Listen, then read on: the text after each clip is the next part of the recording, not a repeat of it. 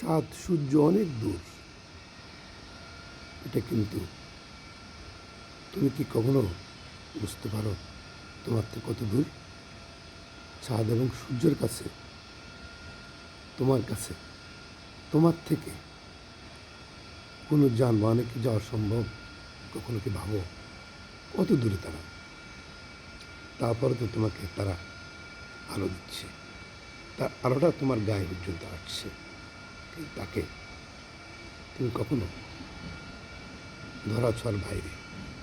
তোমার একমাত্র চোখের আলোই তার দৃশ্যমান বস্তুকে তুমি বুঝতে পারছো। যে মহান আল্লাহ তোমাকে সৃষ্টি করেছে, তুমি প্রচণ্ড বিপদ যখন পড়ো, অভাবে যখন পড়ো, বা এমনি যখন আল্লাহর কাছে চাও, প্রচণ্ড বাক্যে তার কাছে সেজদা করো, তার প্রতি আনুগত্য আনো, তাকে চেষ্টা করো। যখন সূর্য বা চাঁদের আলো তুমি তোমার চোখ পর্যন্ত আসছে, তোমার গায়ের পর্যন্ত আসছে, তুমি অস্তিত্ব বুঝতে পারো, সে কিন্তু তোমার ধরাছোঁয়ার বাইরে।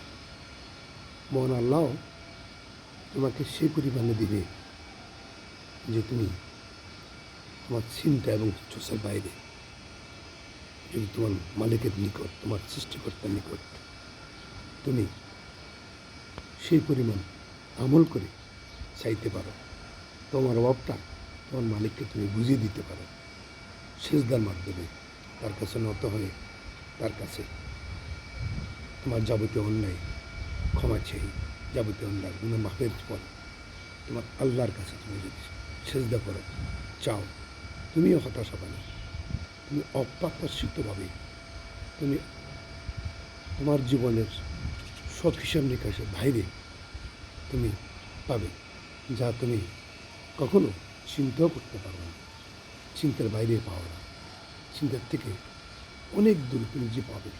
তবে হ্যাঁ, তুমি অবশ্যই তার কাছে চাওয়ার মতো চাইতে হবে, যে চাওয়াটা